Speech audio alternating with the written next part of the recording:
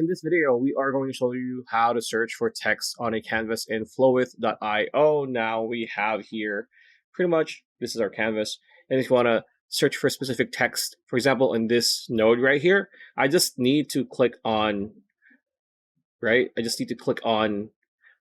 prompt here on the bottom and say, can you tell me what type of font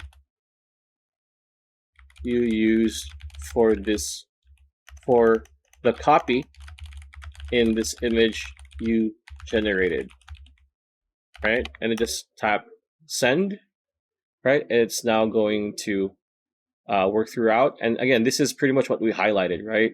So now Flowith's agent is now going to answer. So as you can see here, identifying the font I'm currently analyzing. There we go.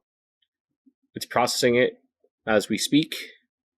Again, it's going to say here why I don't have the specific generation metadata to know with 100% certainty, but it actually shows you what it matches. So this here is probably ball terminals, right?